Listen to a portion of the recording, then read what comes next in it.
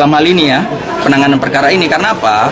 Itu ada konflik of interest, benturan kepentingan. Karena penyidiknya dengan pelapor ini satu kantor. Kemudian juga ada pemaksaan kepada Ibu Supriyani untuk mengaku, padahal Ibu Supriyani tidak pernah melakukan. Ada permintaan uang juga 50 juta, ya. Ada dalam catatan Ibu Supriyani disampaikan.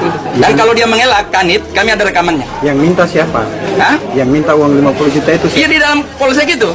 Kapolsek Iya, siapa? jadi kami sudah ada. Kanit Intel, Kanit Reskrim tidak usah mengelak, sudah ada rekamannya di sini. Dia datang minta kepala desa supaya memperhalus bahasanya. Dia mengakui bahwa betul ada permintaan 50 juta itu. Nanti kami perdengarkan di persidangan. Ada pemberitaan yang lagi viral, yaitu kasus penahanan seorang guru honorer oleh oknum polisi baru-baru ini benar-benar mengguncang perhatian publik. Bukan hanya soal hukum, tetapi bagaimana peran guru yang seharusnya dimuliakan justru menjadi korban. Nah, guru honorer yang dikenal bekerja dengan penuh dedikasi meskipun tanpa imbalan memadai justru harus menghadapi ketidakadilan yang membuat publik bertanya-tanya, di manakah letak keadilan? Kasus ini bermula dari konflik pribadi antara seorang guru honorer dengan oknum polisi. Perselisihan sederhana ini sayangnya berujung pada tindakan hukum yang tidak proporsional. Guru tersebut ditahan atas dasar pasal yang seharusnya tidak relevan dengan situasinya. Publik pun mempertanyakan motif di balik penahanan ini. Nah, terutama karena terlihat jelas ada kesenjangan kekuasaan yang terjadi seiring dengan meningkatnya dukungan dari masyarakat dan tekanan di media sosial. Penahanan sang guru akhirnya ditangguhkan. Saat ini sang guru sudah dibebaskan dari tahanan, tetapi masih menghadapi trauma psikologis akibat penahanannya. Meskipun telah dibebaskan, proses hukum masih berlanjut dan guru tersebut berusaha pulih dari tekanan emosional yang dia alami. Ini sejalan dengan temuan dari Journal of Social Justice Study di tahun 2023 yang menyebutkan bahwa penyalahgunaan kekuasaan seringkali berujung pada trauma bagi pihak yang lebih lemah. Nah, di kasus ini terlihat jelas adanya ketimpangan kekuatan antara oknum polisi dan guru honorer. Polisi memiliki kewenangan dan kekuasaan yang bisa digunakan secara bebas, sementara guru honorer yang berpenghasilan minim dan memiliki sedikit dukungan harus tunduk pada sistem yang kurang memihak. Hal ini mengingatkan kita pada penelitian dalam International Journal of Legal Study 2021 yang menyoroti bagaimana ketidaksetaraan kekuasaan kerap menyebabkan ketidakadilan dalam penegakan hukum. Nah, secara hukum tindakan penahanan terhadap guru ini dianggap oleh banyak pakar sebagai tindakan yang berlebihan. Nah, dalam sistem hukum Indonesia, penahanan seharusnya dilakukan hanya jika ada ancaman hukuman yang serius. Sementara dalam kasus ini, tindakan hukum yang diambil terlalu ekstrim.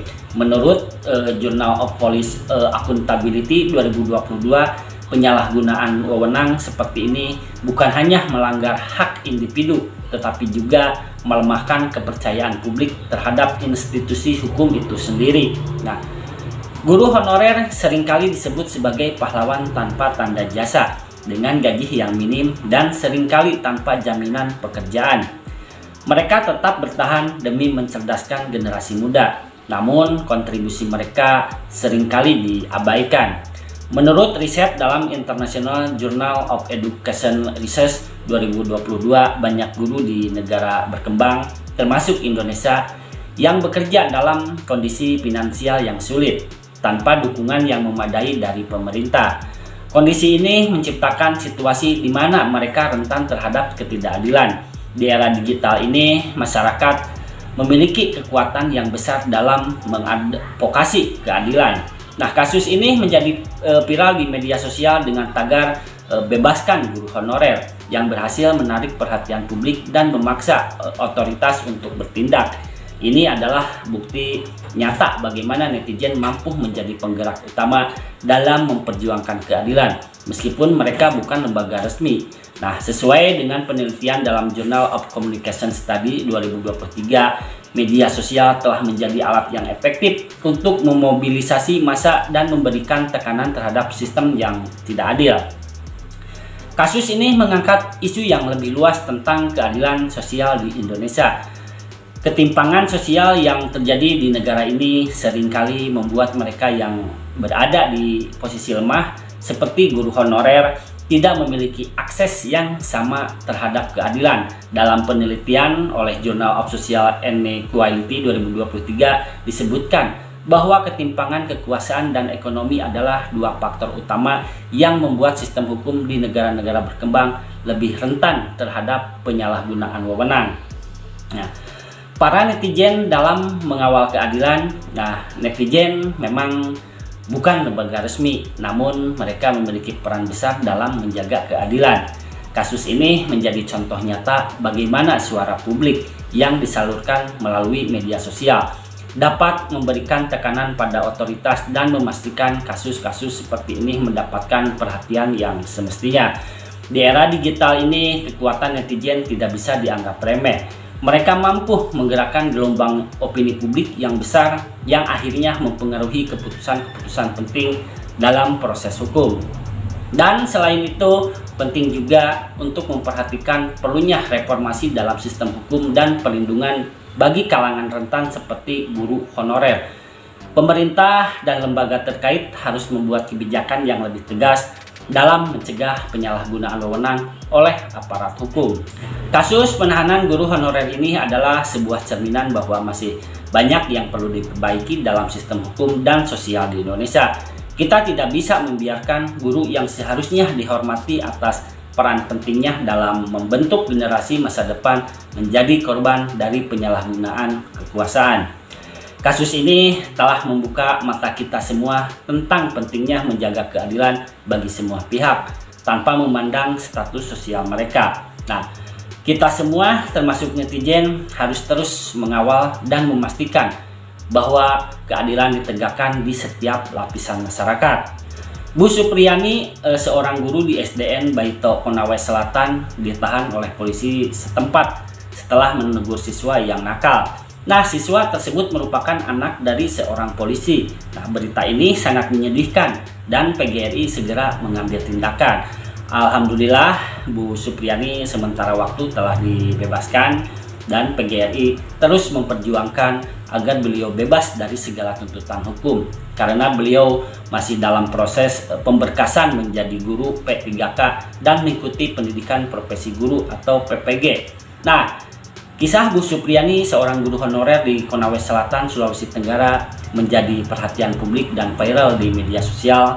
Beliau ditahan dengan tuduhannya menganiaya murid kelas 1 SD yang merupakan anak polisi. Meskipun hanya menjalankan tugasnya sebagai guru, Bu Supriyani tidak berdaya menghadapi situasi ini. PGRI bergerak cepat membela beliau dari tuduhan yang tidak benar. Nah, Bu Supriyani yang telah mengabdi selama 16 tahun sebagai guru honorer menghadapi banyak tantangan. Nah, gaji yang tidak tetap dan fasilitas sekolah yang minim tidak menyurutkan semangatnya untuk mendidik generasi muda. Meski belum diangkat menjadi pegawai negeri, beliau terus mengajar dengan dedikasi penuh, percaya bahwa pendidikan adalah kunci masa depan. Selain mengajar, Bu Supriyani juga aktif memperjuangkan hak-hak guru honorer melalui PGRI. Nah, kisah Bu Supriyani mencerminkan perjuangan banyak guru honorer di Indonesia yang bekerja tanpa pamrih. Mereka adalah pahlawan tanpa tanda jasa yang berdedikasi mencerdaskan anak bangsa di tengah berbagai keterbatasan. Diharapkan dengan perhatian lebih dari pemerintah dan masyarakat, nasib guru honorer seperti Bu Supriyani dapat diperbaiki. Netizen pun turut memberikan dukungan moral, menyesalkan tindakan penangkapan tersebut dan berharap Bu Supriyani segera dibebaskan dari segala tuduhan. Seluruh guru honorer dan masyarakat Indonesia diajak bersatu membela Bu Supriyani. Semoga air mata beliau tidak lagi tumpah akibat tuduhan yang tidak adil. Anak saya, Bu, kalau secara fisik memang alhamdulillah sehat, biasa, tapi secara mentalnya cukup terganggu semenjak ada rame-rame ini. Anak saya bingung, kenapa banyak orang, kenapa saya dibawa ke sana, kenapa saya dibawa ke sini, terus kenapa saya tidak sekolah. Saya sempat sampaikan tanggal merah, nak libur. Ketik dia buka HP, tidak merah ibu di HP, kenapa saya tidak sekolah, seperti itu. Keputusan tidak sekolah itu? Keputusan tidak sekolah itu semenjak keluarnya surat keputusan dari PGRI Kecamatan Baito, Ibu. Yang ini salah satunya siswa yang bermasalah dan menjadi saksi dikembalikan kepada orang tua masing-masing atau dikeluarkan. Izin saya tunjukkan ke kamera ya, Bu ya. Oke, ini jadi PGRI dari Kecamatan Baito ini mengirimkan langsung ke Bapak Ibu atau melalui siapa? Surat ini dikirim ke grup sekolah, ke semua, kemudian ini ditujukan ke tembusan ke Polsek, Pak ya. Ke Polsek. Iya, ke kantor-kantor. Jadi di sini ada 3 poin ya. Yang pertama adalah mereka menyatakan mogok belajar untuk tingkat sekolah TK, SD, SMP di Kecamatan Baito gitu, mulai tanggal 21 Oktober ya Bu ya. Ya. Sampai ada keputusan minimal penangguhan penahanan. Iya. Poin kedua ini siswa yang bermasalah dan menjadi saksi dikembalikan kepada orang tua masing-masing atau dikeluarkan, dan sekolah sekecamatan Baito ini tidak boleh ada yang menerima siswa tersebut. Jadi karena poin kedua ini. Iya. Jadi kan kami merasa ada penolakan luar biasa dari PGRI ini, Kecamatan Baito. Oke. Di hari Jumat itu, pada saat saya mau mandikan untuk berangkat sholat Jumat, disitulah baru saya ketahui bahwa ada bekas luka di paha belakangnya. Saya duga kemungkinan besar itu bekas pukulan atau sejenis. Bapak pada saat itu menduga atau sang anak ini sebenarnya sudah pernah bercerita terlebih dahulu bahwa sempat mungkin dipukul dan lain sebagainya? Anak tidak pernah cerita. Nggak pernah sama sekali ya? Oke. Sampai pada akhirnya Bapak sempat tanyakan itu? Akhirnya setelah saya dapatkan itu, saya panggil ibunya. Ibunya coba tanya anakmu ini sudah dipukul orang. Tanya dengan cerita. Akhirnya ibunya Ibu akhirnya yang bertanya ya, didampingi Bapak juga berarti. Oke, gimana waktu itu Bu? Kan pada waktu itu kan mandi, soal di mandi, terus karena saya desak, dia cuma menangis, dia hanya menangis, tidak bisa bicara. Saya lanjutkan pakaikan baju, kemudian saya dudukkan di atas meja di kamar, saya di depannya, saya tanyakan, kan saya panggilnya Mas ya, kembar Mas. Saya bilang, Mas, sayang enggak sama ibu? Iya, sayang ibu. Mas senang kali lihat kalau ibu sedih? Tidak. Kalau memang Mas sayang sama ibu, coba ceritakan betul-betul kenapa luka di pahanya Mas ini kenapa. Di situ dengan sambil menangis dia sampaikan, aku dipukul mamanya Alfa, Bu Supri. Iya. Kenapa kamu dipukul? Aku tidak selesai menulis. Dipukul pakai apa? Pakai sapu. Karena ini kan ada jeda 2 hari ya, baru setelah itu orang tua mengetahui.